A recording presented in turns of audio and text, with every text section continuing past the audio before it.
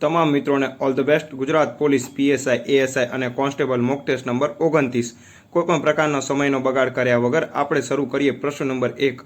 મિઝોરમ, ત્રિપુરા અને મેઘાલયની વડી અદાલત કયા રાજ્યમાં આવેલ છે તે જણાવો। મિઝોરમ, ત્રિપુરા અને મેઘાલયની વડી અદાલત કયા રાજ્યમાં આવેલ છે તે જણાવો। તો મિત્રો તેનો જવાબ આવે આસામ, બરોબર છે। આસામ રાજ્યમાં આ ત્રણેય રાજ્યોની વડી અદાલત આવેલી છે અને આસામની રાજધાનીની વાત કરવામાં આવે તો દિસપુર। ત્યારબાદ પ્રશ્ન નંબર 2। નીચે આપેલ વિદ્વાનોમાંથી કોના દ્વારા જિયોગ્રાફિયા જનરાલિસ પુસ્તક લખવામાં આવ્યું હતું અથવા તો કોણે આ પુસ્તક લખ્યું હતું? પુસ્તકનું નામ છે જિયોગ્રાફિયા જનરાલિસ, બરોબર છે મિત્રો। આ પુસ્તક બી બર્નાર્ડ વેરેનિયસ દ્વારા લખવામાં આવ્યું હતું। બર્નાર્ડ વેરેનિયસ દ્વારા લખવામાં આવ્યું હતું। ત્યારબાદ પ્રશ્ન નંબર 3। અંગ્રેજીમાં ફિંગર મિલેટ અથવા આફ્રિકન મિલેટ તરીકે કયા ધાન્ય પાકને ઓળખવામાં આવે છે? અંગ્રેજીમાં ફિંગર મિલેટ અથવા આફ્રિકન મિલેટ તરીકે કયા ધાન્ય પાકને ઓળખવામાં આવે છે? તો મિત્રો તેનો જવાબ આવે એ રાગીને, બરોબર છે મિત્રો। રાગીને અન્ય નાગલીના નામે પણ ઓળખાય છે અને તેને ગુજરાતીમાં બાવટા તરીકે પણ ઓળખવામાં આવે છે। મિત્રો જો તમે ચેનલ ઉપર નવા હોય તો અમારી ચેનલને સબસ્ક્રાઇબ જરૂરથી કરી લેજો, કારણ કે અહીંયા ડેલી બેસિસ ઉપર જીસીઈઆરટી અને એનસીઈઆરટી બેસ્ટ મોક ટેસ્ટનું આયોજન કરવામાં આવે છે। પ્રશ્ન નંબર 4। ભારતના કયા બે રાજ્યોની વસ્તીનો સરવાળો દેશની વસ્તીના ચોથા ભાગનો છે તે જણાવો। ભારતના કયા બે રાજ્યોની વસ્તીનો સરવાળો દેશની કુલ વસ્તીના ચોથા ભાગનો છે તે જણાવો। તો મિત્રો તેનો જવાબ આવે ઉત્તર પ્રદેશ અને મહારાષ્ટ્ર, બરોબર છે મિત્રો। સી ઉત્તર પ્રદેશ અને મહારાષ્ટ્રની વસ્તીનો સરવાળો ભારત દેશની વસ્તીના સરવાળાના ચોથા ભાગનો છે। પ્રશ્ન નંબર 5। એન્ડીઝ એ કયા સ્થળે આવેલ ગેડ પર્વતનું ઉદાહરણ છે તે જણાવો। એન્ડીઝ એ કયા સ્થળે આવેલ ગેડ પર્વતનું ઉદાહરણ છે તે જણાવો। તો મિત્રો તેનો જવાબ આવે દક્ષિણ અમેરિકા, બરોબર છે મિત્રો। એન્ડીઝ એ દક્ષિણ અમેરિકામાં આવેલ છે। પ્રશ્ન નંબર 6। નીચે આપેલ મુઘલ શાસકોમાંથી કોનો જન્મ અમરકોટ ખાતે થયો હતો તે જણાવો। નીચે આપેલા મુઘલ શાસકોમાંથી કોનો જન્મ અમરકોટ ખાતે થયો હતો તે જણાવો। તો મિત્રો તેનો જવાબ આવે સી અકબર, બરોબર છે મિત્રો। અકબરનો જન્મ અમરકોટ ખાતે થયો હતો। ત્યારબાદ આપણે હવે જોઈએ પ્રશ્ન નંબર 7। ભારતમાં ઉદાર ગવર્નર જનરલ તરીકે કોણે ઓળખાય છે? ભારતમાં ઉદાર ગવર્નર જનરલ તરીકે કોણ ઓળખાય છે અથવા તો કોને ઓળખવામાં આવે છે? તો મિત્રો તેનો જવાબ હવે વિલિયમ બેન્ટિકને, બરોબર છે। ભારતમાં ઉદાર ગવર્નર જનરલની વાત કરવામાં આવે તો વિલિયમ બેન્ટિકને ઉદાર ગવર્નર જનરલ તરીકે ઓળખવામાં આવે છે। પ્રશ્ન નંબર 8। નીચેનામાંથી કયો તાલુકો વડોદરા જિલ્લામાં આવેલ નથી તે જણાવો। નીચેનામાંથી કયો તાલુકો વડોદરા જિલ્લામાં આવેલ નથી તે જણાવો। તો મિત્રો તેનો જવાબ આવે સી હાલોલ, બરોબર છે। હાલોલ તાલુકો એ પંચમહાલ જિલ્લામાં આવેલ છે। તે સિવાય વાઘોડિયા, સિનોર અને ડેસર આ ત્રણ તાલુકા વડોદરા જિલ્લામાં આવેલ છે અને આ સિવાય વડોદરામાં કુલ 8 તાલુકાઓ છે, બરોબર છે મિત્રો। ત્યારબાદ પ્રશ્ન નંબર 9। વૃક્ષ આયુર્વેદ શાસ્ત્ર કોના દ્વારા રચવામાં આવેલ છે તે જણાવો। વૃક્ષ આયુર્વેદ શાસ્ત્ર કોના દ્વારા રચવામાં આવેલ છે તે જણાવો।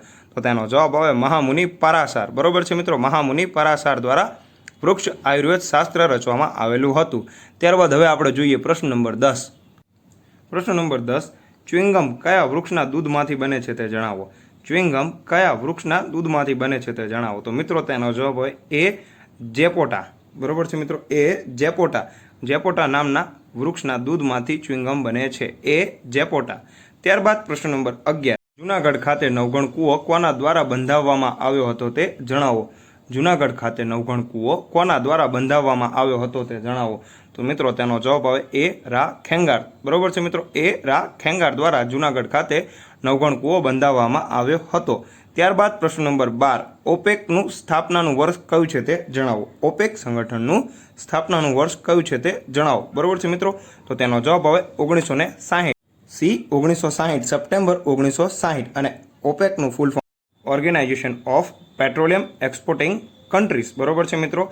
Organisation of petroleum exporting countries. પ્રશ્ન નંબર 13। ભારતની પ્રમાણ સમયની રેખા કયા રાજ્યમાંથી પસાર થતી નથી તે જણાવો।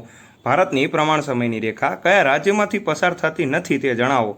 તો મિત્રો તેનો જવાબ આવે તમિલનાડુ, બરોબર છે। તમિલનાડુમાંથી ભારતની પ્રમાણ સમયની રેખા પસાર થતી નથી। તે સિવાય ઉત્તર પ્રદેશ, છત્તીસગઢ અને મધ્યપ્રદેશ આ રાજ્યમાંથી પસાર થાય છે। પ્રશ્ન નંબર 14 ખૂબ જ સરળ પ્રશ્ન છે મિત્રો। પશ્ચિમ બંગાળ રાજ્યની રાજધાની કઈ છે તે જણાવો। પશ્ચિમ બંગાળ રાજ્યની રાજધાની કઈ છે તે જણાવો। તો તેનો જવાબ હવે એ કલકત્તા, બરોબર છે મિત્રો। એ કલકત્તા, કલકત્તા એ પશ્ચિમ બંગાળ રાજ્યની રાજધાની છે। પ્રશ્ન નંબર 15। આંતરરાષ્ટ્રીય ઇન્ટરનેટ દિવસ ક્યારે ઉજવવામાં આવે છે? આંતરરાષ્ટ્રીય ઇન્ટરનેટ દિવસ ક્યારે ઉજવવામાં આવે છે એટલે કે ઇન્ટરનેશનલ ઇન્ટરનેટ ડે ક્યારે ઉજવવામાં આવે છે? તો મિત્રો તેનો જવાબ આવે 29 ઓક્ટોબર, બરોબર છે. અને 2005ની સાલથી આ દિવસ ઉજવવામાં આવે છે. એસોસિએશન ઓફ ઇન્ટરનેટ યુઝર્સની સહાયથી આ દિવસ ઉજવવામાં આવે છે. પ્રશ્ન નંબર 16, નીચે આપેલ માહિતી કયા ગ્રહની છે તે જણાવો. આછો પીળાશ પડતો સફેદ ગ્રહ છે. ખૂબ ઠંડો હોય ગ્રહ એવું માનવામાં આવે છે. સૌરમંડળનો સૌથી મોટો ગ્રહ છે અને આ ગ્રહને કુલ 79 ઉપગ્રહ છે, બરોબર છે મિત્રો. 79 ઉપગ્રહ છે. તો આ પ્રશ્નનો જવાબ આવે એ ગુરુ, બરોબર છે, જેને જ્યુપિટર તરીકે પણ ઓળખવામાં આવે છે. આ માહિતી ગુરુ ગ્રહની છે. પ્રશ્ન નંબર 17, તક્ષશિલા કયા મહાજનપદની રાજધાની હતી તે જણાવો. આપ સૌ જાણો છો કુલ 16 મહાજનપદ હતા, તેમાંની તક્ષશિલા એ કયા મહાજનપદની રાજધાની હતી તે જણાવો. તો તેનો જવાબ આવે ગાંધાર મહાજનપદ અને આ મહાજનપદ એ પેશાવર અને રાવલપિંડીની આસપાસના વિસ્તારમાં હતું. પ્રશ્ન નંબર 18, શાર્કનું વડું મથક ક્યાં આવેલ છે તે જણાવો. શાર્કનું વડું મથક ક્યાં આવેલ છે તે જણાવો. તો તેનો જવાબ આવે કાઠમંડુ ખાતે, બરોબર છે મિત્રો. ડી, કાઠમંડુ ખાતે શાર્કનું વડું મથક આવેલું છે. ત્યારબાદ હવે આપણે જોઈશું પ્રશ્ન નંબર 19, નીચેના જોડકા યોગ્ય રીતે જોડી અને જવાબ આપો, બરોબર છે મિત્રો. તો વહીવટી સંસ્થાઓમાં જિલ્લા સેવા સદન, મહાનગરપાલિકા અને જિલ્લા પંચાયત અને સામે વહીવટી વડાઓ આપેલ છે, બરોબર છે મિત્રો. તો અહીંયા આ પ્રશ્નનો જવાબ આવે એ, એટલે કે પહેલામાં સી, જિલ્લા સેવા સદન એટલે કે કલેક્ટર તેના વડા, મહાનગરપાલિકા જેમાં કમિશનર હોય છે વડા, અને જિલ્લા પંચાયત જેમાં ડીડીઓ હોય છે વડા, બરોબર છે. આ અહીંયા મિત્રો વહીવટી વડાઓની વાત કરવામાં આવેલી છે, એટલા માટે અહીંયા આપણો ઓપ્શન એ સાચો જવાબ છે. પ્રશ્ન નંબર 20, આ પ્રશ્નનો જવાબ મિત્રો તમારે નીચે કોમેન્ટ બોક્સમાં આપવાનો છે. 20માંથી તમારે કેટલા સાચા પડ્યા તે પણ જરૂરથી જણાવજો. ઇતિહાસમાં મહાજનપદો કયા કાળમાં હતા તે જણાવો. ઇતિહાસમાં મહાજનપદો કયા કાળમાં હતા તે જણાવો, બરોબર છે મિત્રો. તો અહીંયા તેના ઓપ્શન આપેલા છે.